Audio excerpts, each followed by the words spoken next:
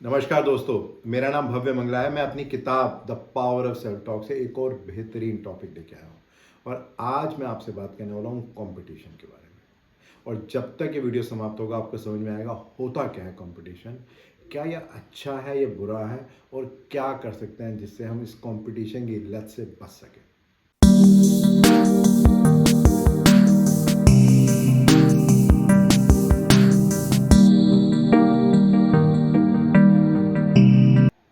मैं शुरू करूँगा एक स्टोरी के साथ। ये स्टोरी एक फैमिली की है जो एक वेकेशन पे छुट्टी पे जा रही थी।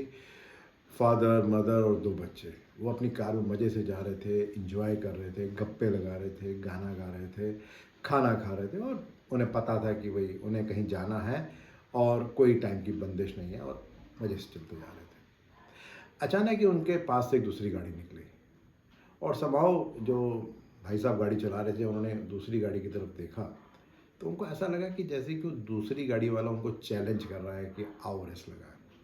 पता नहीं क्यों इनको ऐसा लगा कि मुझे भी रेस लगानी चाहिए और उन्होंने अपनी गाड़ी को दौड़ाना शुरू कर दिया दूसरी गाड़ी की तरफ। अभी जो सब मौज मस्ती चल रही थी अचानक ही धीरे धीरे कम होने लगी क्योंकि अब सबका ध्यान सड़क की तरफ था। म्यूज़िक बंद हो गया, बातें बंद हो गई, खाना पीना बंद हो गया और सब इस चक्कर में थे कि अब देखते हैं क्या होता है और कौन जीतता है। कैसे भी करके जो पहली गाड़ी वाली जो फैमिली थी वो 1 घंटा उन्हें लगा लेकिन फिर उन्होंने उसको हरा ही दिया। और उस समय जो पूरी फैमिली थी वो बहुत खुश थी कि यस हमने अचीव कर लिया और हमने उसको हरा दिया एंड ऑल दैट। लेकिन कहीं ना कहीं इस प्रोसेस में वो जो उनका फन था, उसकी जो मस्ती थी, जो एक्साइटमेंट थी, वो कहीं खो दी और एक वो ऐसे कंपटीशन में लग गए जो शायद कंपटीशन था ही नहीं। और कुछ कुछ ऐसा अक्सर हमारी लाइफ में होता है जब हमें पता ही नहीं चलता कि कब हम इस रट रेस में लग गए। किसी ने बहुत ही अच्छी बात की है कि आपका असली मुकाबला केवल अपने आप से है। अगर आप आज खुद को बीते कल से बेहतर कर पाते हैं तो यह आपकी सबसे बड़ी जीत है। अक्सर ऐसा माना जाता है कि जब हम कंपटीशन की बात करते हैं तो ये बेसिकली एक तरह का कंपैरिजन होता है जो हम किसी और के साथ कर रहे होते हैं कि उसने कैसे कपड़े पहने हैं, उसके पास कार कैसी है, उसका घर कैसा है, उसका सोशल स्टेटस कैसा है और हमें ऐसा लगता है कि चूंकि उसके पास हमसे ज़्यादा है तो मुझे वैसा बनना चाहिए और उस चक्कर में कंपटीशन शुरू हो जाता है। किसी ने बहुत अच्छी बात की है कि ये जो कंपटीशन है ये बेसिकली एक कल्प्रिट है या एक बहुत बड़ा दुश्मन है खुशी का। ये बात ज़रूरी है कि यस कंपटीशन में हम ये देखते हैं कि हम क्या बेहतर कर सकते हैं, क्या अच्छा कर सकते हैं।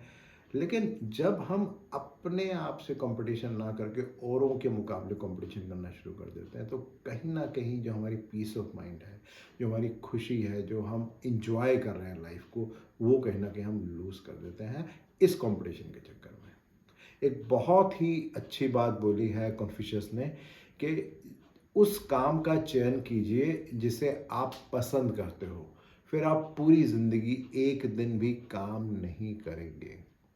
तो इस बात को समझना बहुत ज़रूरी है कि जब भी हम कंपटीशन की बात करते हैं ये समझना बहुत ज़रूरी है कि हम compete किससे कर रहे हैं। हम सबकी अपनी अपनी कुछ स्ट्रेंथ है, कुछ अपनी वीकनेस है। इस तरह से दूसरे आदमी की अपनी कुछ स्ट्रेंथ और कुछ वीकनेस है। कई बार क्या होता है कि हम अपनी स्ट्रेंथ और अपनी वीकनेस को छोड़ के दूसरे की जो स्ट्रेंथ होती है उससे अपने आप का मुकाबला करना शुरू कर देते हैं और हम सोचते हैं कि अगर वो कर सकता है तो मैं भी कर सकता हूँ और कहीं ना कहीं हम ये भूल जाते हैं कि मेरी क्या स्ट्रेंथ है, मेरी क्या कैपेबिलिटी है, मेरी क्या बैकग्राउंड है, उसको हम छोड़ के सामने वाले से अपने आप को मुकाबला करना शुरू करते हैं और वो बहुत बड़ी प्रॉब्लम क्रिएट करती है।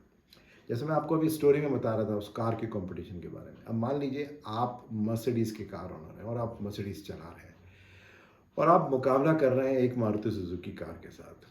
तो सबसे पहली बात तो है कि बहुत मुश्किल है कि मर्सिडीज़ कार जो आप चला रहे हो उससे आप हार जाएंगे। आप जीत भी गए तो आपने क्या पाया? क्योंकि जो मर्सिडीज़ कार है उसकी कॉम्पिटेंस और उसकी कैपेबिलिटी तो बहुत ज़्यादा है मारुति सुजुकी से। अगर हम सोच रहे हैं कि हम इतने से आगे निकल कर हम खुश हो गए तो ये हमारी गलती है क्योंकि हमारी जो रियल कॉम्पिटेंस है वो कहीं यहाँ थी। लेकिन हम इतने ही कॉम्पिटिशन से खुश हैं, हम ये देखने की कोशिश ही नहीं कर रहे कि हम एक्चुअली में यहाँ तक पहुँच सकते थे। वहीं दूसरी तरफ अगर मैं एक मारुति सुजुकी कार चला रहा हूँ और मेरा मुकाबला एक मर्सिडीज़ कार से है तो ज़ाहिर है बहुत मुश्किल है मर्सिडीज़ कार को हराना। बट मान लिया कि मैंने कैसे भी करके मर्सिडीज़ कार वाले को हरा दिया, लेकिन उस प्रोसेस में जो मेरी एनर्जी, मेरा टाइम, मेरा पीस ऑफ माइंड जो मैंने खो दिया, क्या वो वर्थ था इस बात के लिए कि मैंने वो रेस जीत तो ली, लेकिन किस कीमत पे जीती, उसको देखना, उसको समझना बहुत बहुत ज़रूरी है।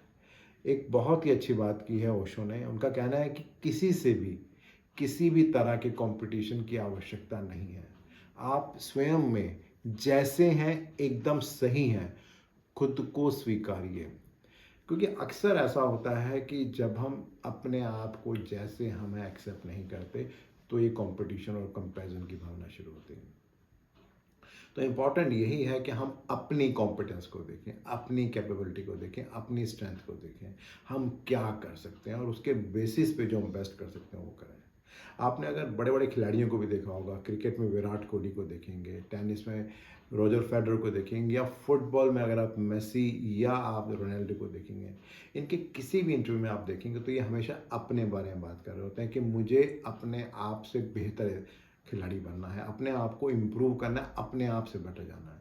कहीं भी वो कंपटीशन में नहीं होते कि मुझे उससे अच्छा बनना है, वो हमेशा अपने आप से अच्छा होने की बात करते हैं।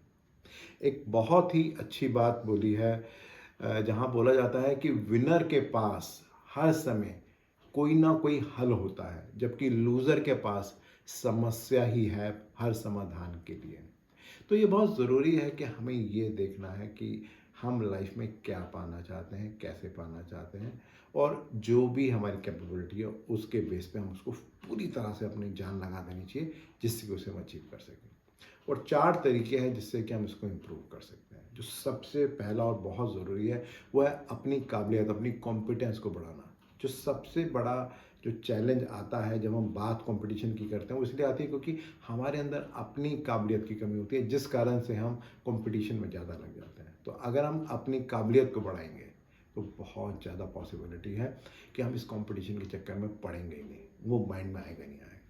जो दूसरी बात है वो है ग्रेटिट्यूड, कि जो भी कुछ हमें मिला है उसके लिए धन्यवाद करना, उसको एक्सेप्ट करना, और ये देखना कि उसको हम कैसे बेहतर कर सकते हैं।